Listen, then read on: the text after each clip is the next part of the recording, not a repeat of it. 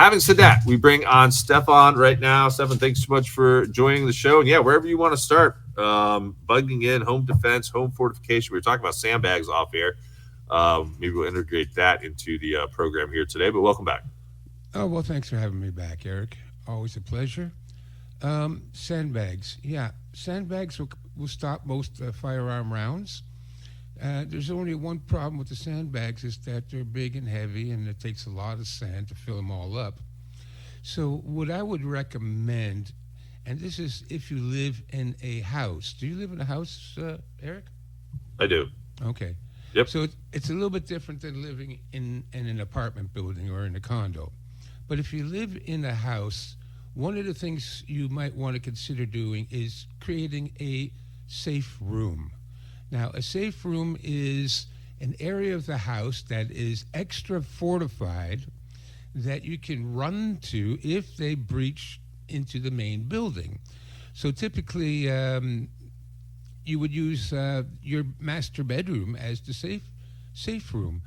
What you need to do, though, is make sure you got an extra strong door on it, not one of those, cardboard doors that we have these days in all the houses.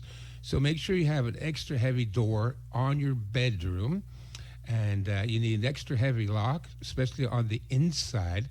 Don't rely on locks on the outside that can be accessed with a key. You need an extra deadbolt on the inside because locks are really easy to pick. I could go on Amazon and for $25 I get this lock picking tool that'll open up any lock in about a minute and a half. So you don't even have to be a locksmith to open up these locks now. They got these tools now that does it in no time. So if you have doors that can be opened with a key from the outside, you definitely need a deadbolt on the inside because if it can be opened with a key, that means somebody can pick it and come in. So if it's your master bedroom, for example, and it'd be better if it has like an ensuite bathroom, that would be perfect. So what you want to do then is make sure you have an extra strong door on the master bedroom with a bolt lock on the inside. You might even want to consider putting in a jerry bar, which is a piece of steel that attaches from the bottom of your doorknob and goes like a 45-degree angle and inserts into the floor. Usually you have to screw some steel plaque or receiver into the floor, and then this will fit in there because that makes it extra difficult to kick the door down. Most doors, if you just have a regular lock, I can kick that door in about 10 seconds, and so can most people. But what really keeps people out is a jerry bar or a wooden brace on the inside. This is, you have a couple of steel hooks, like they're big hooks, able to accept a 2x4, and those steel hooks bolt into the wall on either side of the door. And then if you want to shut the door and lock it, then you close the door and you grab your 2x4 and you slide it into those two receivers, and it seals off your door. So that would be your safe room. And again, it's a good idea to have a safe room because especially for home invasions. There's so many ways to get into your house if you have a house.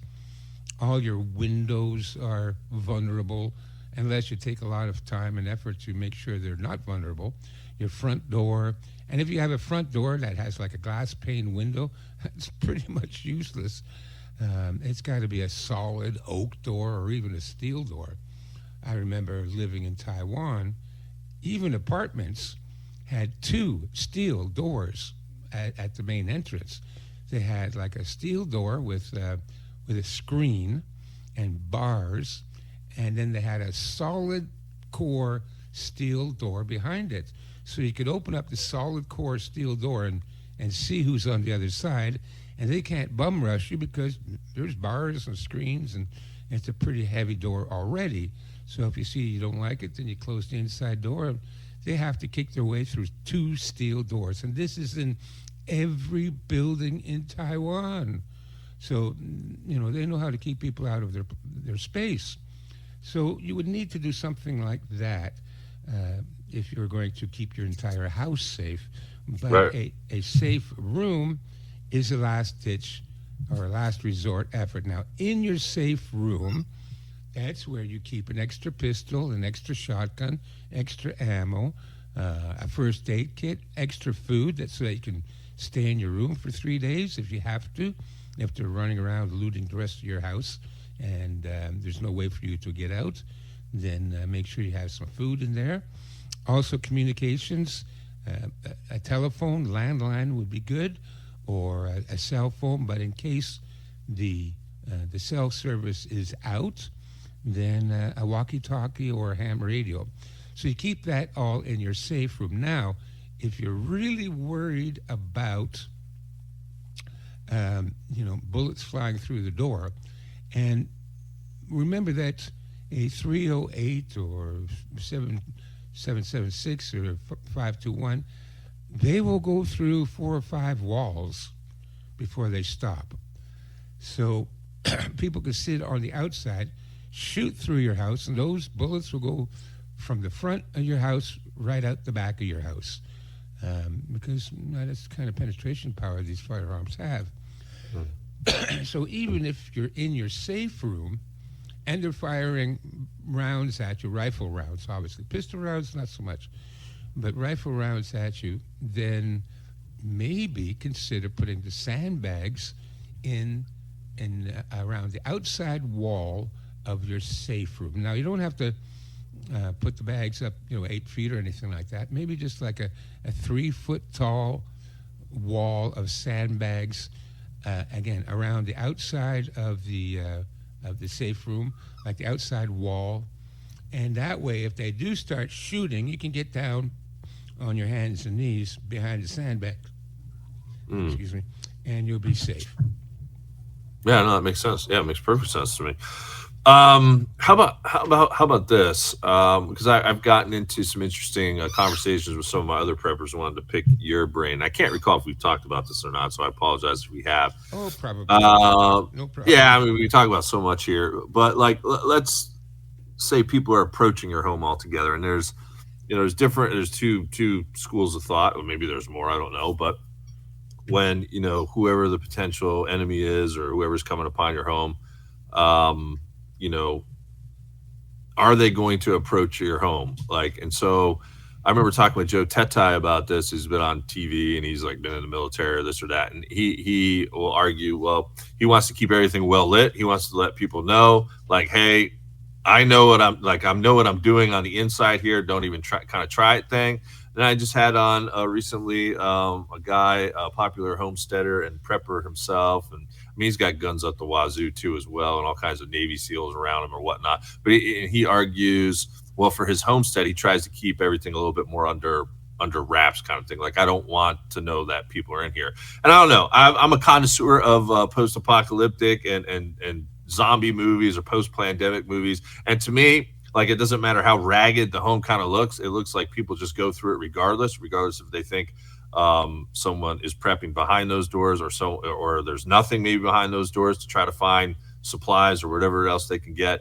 And so I've been of the mindset like, hey, I'm going to let people know, like, okay, like I mean business. I got like lights everywhere. If you like in the summertime, you can even walk by my house. It's almost like you're blinded by lights, kind of thing with all the lawn lights that I have on and the ones that pop on, the solar powered ones that like pop on. I forget what they're called, not strobe lights, but maybe it is called strobe light. I don't know. But in any case, I just want to kind of get your thoughts because I get kind of like a mixed bag, like 50, with folks because it's kind of catch 22. People, if they see all that stuff, they're like, okay, this guy's got to be a prepper. He knows what's going on. But then too, they got to be thinking, oh, this guy's got to be armed, to the teeth or the wazoo. What's your thoughts on that approach? And maybe a difference. Like, I mean, with the whole homesteading thing, I don't have a homestead, so I can't really speak to that. I've just said for people who are on a homestead, I wouldn't want to be like solo. I would have probably like a dozen people with me. Because if you get like a horde of whatever, a couple dozen people to hit your property, you're done. If it's just like you and your wife, you know what I mean? Like you're not going to survive that. No. But what's your thoughts? Well, I prefer to keep the gray man strategy, and I'll tell you why. Um, if you've got like a big high fence, and then you've got the floodlights everywhere, and the cameras, and it looks like you're really prepared. Well, that's just going to make you a likely target. People are going to go, oh, geez, look at this guy. He's got a lot of defenses going on, and he's raring to go, and he must have a lot of stuff that we could steal. So I think using the lights and all that, I think that's just going to attract more attention. You see, the problem is, like you said, unless you have a dozen guys with you in your house and they're all armed and they all have a little bit of military experience, a group will always be able to get into your house. They will always be able to get into your house. They can just wait outside and fire through the windows for a couple of days until you get frazzled, and they can break down whatever door you put up there, even with the extra heavy duty doors and all that. That's nice. It will delay them, and hopefully it will discourage them, but ultimately it will not stop a determined force. The other thing we got to keep in mind is that what very often happens in a siege situation, which is what you would be in, is that they'll burn you out. So, a couple of Molotov cocktails on the roof and let it burn until the smoke fills your house. And then as you go running out the front door, they pick you off. It's very simple. They don't have to break down the doors. They don't have to break through the window. All they have to do is set fire to your house and then wait half an hour, and you'll become running out the front door anyways, and then they'll shoot you and take over. So rather than focus too much on how much I can defend the house, because you can't. You can't. Not unless you've got, like I said, a dozen guys, and maybe they've got a tunnel that they can get out of the house and flank the people that are trying to get in and engage them with, rifle rounds. But that's not going to happen. I don't know anybody who's got 12 guys that can, Well, actually, I would push back in the sense that actually would be my plan. Like I plan on having at least a half a dozen to a dozen people with me, and we would take watch rounds. Like say, if 6 people slept during the day, 6 people would be up at night, get the night vision. I wouldn't even allow people to even come within 100 yards. Like if you knew something was up and some people were coming, yeah, you're getting out the rifles and you're firing. So I wouldn't even let them get close. Yeah, You know what I mean? fine. Yeah, because the other point you made, the other point one of your guests made, and that is, if they see that you're armed, and they'll be, less likely to attack. So that's the other strategy. Yeah, I would keep a low profile. I wouldn't light the whole place up. And then, if you do see people that look like they're interested in coming in, then fire a few rounds at them. Then they know you've got firearms, and let's see if they take off then, or if they're going to come back with 20 other people, right? Right. So, Yeah, no, I definitely agree with you. Like the house like I probably should have prefaced that by like what I'm planning on doing here, because if like you even had a decent sized home and it's just like you and your wife, I don't think, I mean, you got to sleep at some point. There's no way you would be able to just watch the whole house like 24/7. But if you have, that's my plan, like 6 to 12 people with me and what I'm doing. I mean, probably some family and some people like close to the apostolate or whatnot. And I have like I've already planned that out to where like I wouldn't even let them get within a couple 100 yards. You know what I mean? You know what I mean? But even with the Molotov, get out the deer rifle and fire. Try and hit a couple of them if they're 100 yards, 200 yards away. That'll scare them off. So what we're doing is we're combining both those strategies. One strategy is not to make it look too obvious that you're a prepper and you're willing to defend your cash, and hope that works. But if that doesn't work, pull out the rifles and take them down before they get within 100 yards. So a combination of both those strategies I think would be. And then whatever works, you have to play it by ear. It's a dynamic situation.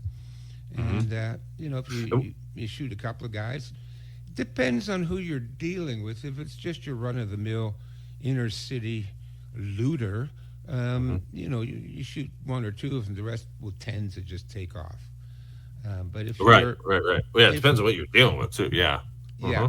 but if you're dealing with sort of like a paramilitary Yeah, police state or something. Yeah, that's police different. state or That's something like that, then that won't work. what. Right. I just talked about that in my last show because that's what's happening in LA. I'm not sure if you're paying close attention to this, but Hmm. basically the government's using the excuse of the wildfires and looters to bring in a police state. Like they're in full fledged police state in Los Angeles, and I caught videos of people uploading to X or Twitter where the police state's not letting them in their homes. Right. Like they can't go in. So what I've said is like, and this is why I've got like the scanners and the CVs and like all that stuff is like to Good. pay attention to the radio to see if they would be coming into the area. Because I argue if they already hit your neighborhood, it's already too late. Like you can't let them get in your neighborhood when you're talking police state. Like that's where I mean, it's like that's where I think you get to the point where it's either us or them, kind of situation. Yeah. Yeah. That's kind of like rather like last second kind of thing. But I just had Celeste Salome on the program last hour, and she was talking about her experience with the police. I've had the Mountain Man, this other prepper I bring on the show. He was down in martial law during Katrina. He just said, "Listen, I watched." Our own government just fire on people who were Yeah. outside of their home. They weren't even doing anything. They were just killing people outside of their home. Yeah. I'm like, if they get in your neck of the woods, it's a done deal. Like you can't even let them in. Yeah. You have to fight them outside of your neighborhood, kind of thing. I don't know. Well, I was just scanning over a copy of one of the military books that I have in my survival library collection. It's called Urban Combat, Yeah. and they have some advice on how to defend your neighborhood. Mm. So, Yeah, that's what I've been into the last month, the urban warfare. Yeah. And yeah, listen, and trying to see what our own military is saying. And I think we talked about this on the last show. I was kind of surprised to hear that this is the type of warfare our government doesn't want to be dealing with. There's way too many variables, way too many loss of casualty, like on their side. yeah. And so the city path might be the path as opposed to like the homestead land path that a lot of people are going to take with this. I don't know.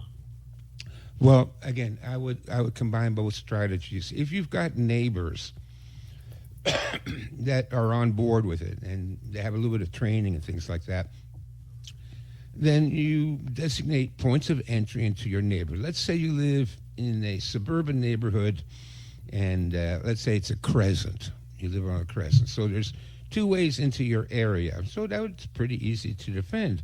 You take up positions in one of the houses at the corner, or maybe one house back, of each of the entrances to your neighborhoods, and you have, half a dozen guys in each of those houses.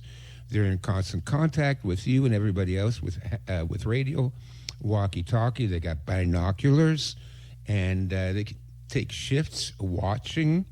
And even if you have some night scopes, that would be good too, so you can keep an eye on what's going on at night. And then when you see them coming up, using the radios to coordinate your attacks, you split your forces in two, but not completely, because you still have your last resort defense teams in your own personal house. So then you've got a guy in each of the corner houses. They're watching the road into your neighborhood, and they'll be doing what we just talked about. Anybody gets within 200 yards, open up on them. And if they get past the guys at the end of the road, they can retreat to your house, which might be further in, Right. and then Yeah. reinforce you guys, right? Mm-hmm. So it's a dynamic situation. You have to play it by ear, but that would be my plan. Right. So, yeah, try to defend a larger area first. So try to defend your street. And Right. let's say it's a thoroughfare street, it comes in one end and it goes out on the county side road or whatever. Same thing. Have some guys stationed in the houses at the end of each side of the street. And same thing, binoculars, Yeah. night vision glasses, Yeah.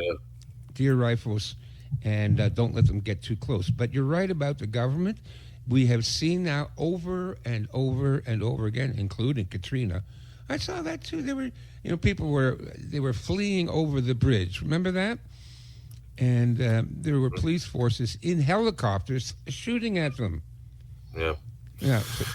Yeah, that's we get to that situation. Like I said, like you got to keep them on the periphery, like you said. I mean, once they get into your, and the good thing about like where I'm at is, I mean, it's there's only like one or two access points to this big. It's I just call it the hilltop out here, but I live up on a hill, and we know, Oh, nice, even from better. a strategic standpoint, it's always to be higher as opposed to lower. Hmm. But like where I'm at, in order for a police state to even get like into our neighborhood, they would have to go through a whole lot, a portion of the hilltops, which would be pretty riffraff.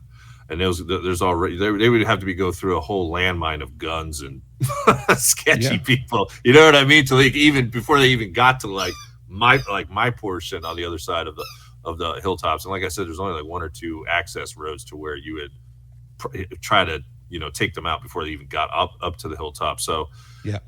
that's sort of my thinking with that. But yeah, no, I'm right there. I'm right there with you. I mean, people, listen. It sounds pretty great. People better have a plan in place because I'm telling you, they're going to start targeting these designated smart cities. They already did the flooding down there in Florida with Tampa. Now they're hitting LA up. And over the last week, I put up a list of all the smart cities, and I'm like, if you're near one of these or in one of these, like you should be probably expecting a vent here soon. You know Yeah. what I mean? And then the police state being rolled out. So got to Yeah, the keep your head on government straight. is ruthless. They're out to kill us all, anyways. We've seen that with the JAB. I Hmm. might upload this to YouTube. They keep taking my videos down, but that's one way to get your video taken down is to mention the medical treatment. God, Hmm. they Yeah, don't. but now it's the parasite fog or the chemical fog they're rolling out on us. It's Yeah, yeah, the wildfires have dioxin in it now, which is probably all those poor people out in California going to get cancer now. Like all yeah. those And toxins that they're breathing in. and the dew weapons, they can just Yeah, right. burn you out from space, Yeah, from an airplane. So yeah, you got to be. Look, I know it sounds paranoid, but right. has this happened before in history? Hell yeah, it's happened many times in history. It's happened many times in the United States already. Like I said, Hurricane Katrina is one example. Look what happened there in North Carolina. Was the government there to help? No. At least they didn't start shooting the hillbillies. But that's the next the next phase. They're hoping the hillbillies will all just freeze to death over the winter because they have nowhere to go and nowhere to stay. So much for FEMA, so much for your government. They're just Right. going, right. Yep. They're not So helping. Nope. they're just hoping they'll die off, and God knows in the springtime they might move in there anyways and start shooting. So you cannot trust the government at all. So you're dealing with looters, and you might also be dealing with organized gangs that Yep. have a Oh, absolutely. Yep. Hmm. more paramilitary training. Like we already seen, these Black Panther gangs. They're marching up and down in their black outfits, and they're all carrying AR-15s. Um, Hmm. which is a little bit unsettling. So you'll be dealing with random looters, you'll be dealing with organized looters, and you'll be dealing with your own government that might be using police and military to attack you. Right. So, Yep. so Absolutely. no, you can't get too paranoid anymore, Eric. This is the world we've come to. If you asked me 15 years ago, 20 years ago, I would have said, no, don't worry about that. It's never going to happen. But now we've learned, okay? So Hmm. better to be prepared and have your plans in place. And it sounds like I know you've planned this out already, and you've got people working with you. For everybody else, get them to tune into this radio show if they're not on board, right? Tell Right. them, listen, I was just listening to Eric Gajewski on Tradcat Nights, and I think you should listen to what these guys are saying, right? Not Hmm. just me, but the other guests you've had on that have given lots of good advice. And if they hear, there's a half a dozen of us all saying the same thing, more or less, right? We might Right. differ a little bit on some of the tactics, but generally speaking, we're all on the same page with this. Then maybe they'll come around, and then listen. If it's you alone that's trying to do this, tell you what, write out a plan of action. Should they come up your street, here's what you do: get on the radio, get on the walkie-talkie, channel 3, and Right. do Come up with do a a plan. Mayday call. Alert everybody that you see 20 men coming up the street. Get your rifle out, get behind the windowsill, keep your head down, and call the other people and tell them what to do. Start off with that. That's your first stage plan. And at least if you can get people to, write out the instructions. It doesn't have to be a lot of instructions. 1 page. Hell, I didn't even make it into like a card, right? Five things we should do. Index cards, yeah. Like a heavy paper card kind of thing. 5 things we should do if we see the military coming up the street, and then give everybody a card, and they can put it on their fridge with some magnets, and get people ready that way. If you haven't already gotten, a good community together to fight together. Yeah, with some of my neighbors too, we kind of watch each other's homes too with home security or whatnot. Matter of fact, the other day, my neighbor, I left my my SUV door open after I was doing a little prep run, and about a half hour later, my neighbor across the street said, "Hey man, you left your thing open," because he was paying attention to his security, and I wasn't at that point. I was dealing with my dogs. So yeah, you just kind of keeping track of each other, helping each other out that way. Neighborhood watch is a great idea. Great idea. Mm-hmm. What else? We got a few minutes left here. Anything else? I mean, we'll continue on, with the series here, unless Stefan wants to go down a different path next month. But anything else you can think? I mean, the only other point that I made with Celeste Salome this morning on my solo show. I mean, I've been talking about this all morning. I just said, the more stuff that you're apt to get now, like, to be as prepared as possible, because if you do have to head out and get something, like I always take a look at these zombie movies, and they run out of antibiotics or something, then they got to go on like a 14 mission to the pharmacy, 15-20 mile walk, and I'm like, yeah, good luck with that. I mean, so you want to try to be as prepared as possible, like I said, within your own community, because if you have to head outside of your own zone or vector, and it doesn't even necessarily have to be a police state, because you and I both know this, as things get more volatile here, and there's just everyone's living according to the law of the jungle. It's like, good luck getting there, and if you manage to even get the thing, good luck getting back. So be as prepared as possible. Because I remember reading the memoirs of that guy that lived through a year in hell, I think is the name of his memoir, during the Sarajevo Bosnia War, and he said the same thing. You go outside, there's gangs everywhere. You go outside and you're carrying a gun, those gangs will come right after you. Right. Well, take your gun. They want your gun, he says, and there's going to be 20 of them and maybe 3 of you, and they're going to get your guns, so you can't go outside. Mm-hmm. So there is no making a run. Once it hits the fan, you got to lock down, stay where you are, because if they see you walking around in the street with a gun, they're going to come after you, or they're going to follow you home. And even worse, yeah, even worse, because they think, oh, look at that guy, he's got a nice gun there, let's follow him. He's probably got ammo and pistols too, right? So you can't go outside and make a run. So like always, we've always talked about this.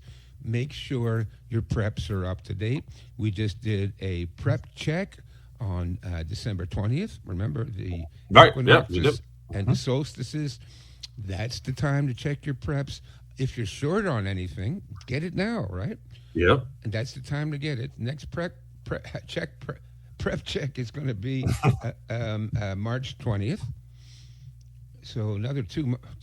Oh my God! I can't believe we got to live through this winter another 2 months. Yeah, I know. But anyways, you've seen, like you said, you've been watching what's going on there in the California fires. That's my old stomping ground. I've ridden my bicycle around Malibu and Pacific Palisades. Man, those are rich areas, okay? $20, $30 million mansions. And they're devastated. They got nothing left. Right. And where's the government to protect them from the looters? Well, they came out like a week too late. And, they're arresting some looters. Okay, great.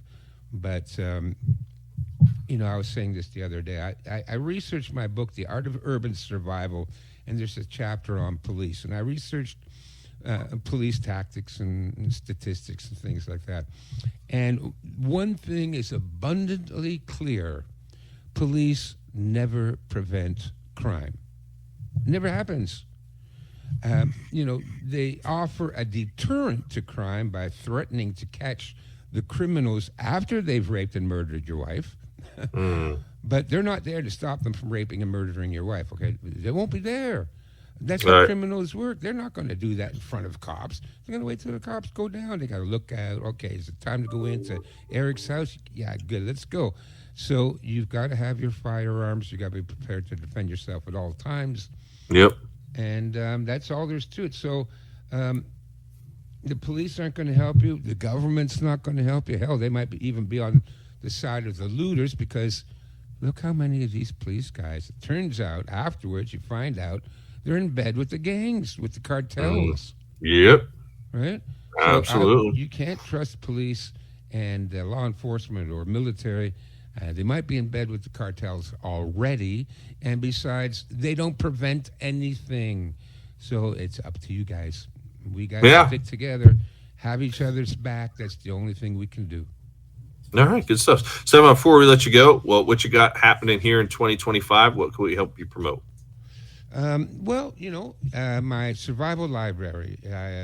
You get all my books, including my Art of Urban Survival, which is a good book. It's a general book for all kinds of situations: crime, disasters, martial law, things like that. And you get an additional 300. I keep adding books to the library, so I think I'm up to 340 PDF books, including military manuals on urban combat and booby traps. I was looking at my booby trap book. That's the last thing I can say about fortifying your area. Set up some booby traps. It's really a deterrent. If these guys, it doesn't have to be deadly either. Okay, it could just be a big bang or a flash bang or a noise. And these guys are moving in on your house. They hit a trip wire. Boom, something goes off. Now they're going to be very careful. Yeah. It's going to slow them down, right? Yeah. So Be booby watching their traps is steps. the next thing to go. Next thing to do. I have a couple of books on how to improvise booby traps, and it's all in my survival library, and that's on my backup website because my main website got taken down. I've been hacked, and I'm working on getting it up, but they've been after me for a while, Eric. I mean, they're really messing with me. But that's formingcommunities.com. Forming Communities is one word.com, and you can get my survival library. That's the best deal I can say because you've got all the information there. Yeah. Good stuff. Plethora of knowledge, folks. Listen, on the shows tomorrow, it looks like we'll have maybe 4 shows. We'll see how it all plays out. Again, any help we can get today, appreciated with the donations. And folks, listen, appreciate you guys tuning in here in 2025 and our 10-year anniversary year at TradCat 9. Until next time, stay safe and God bless.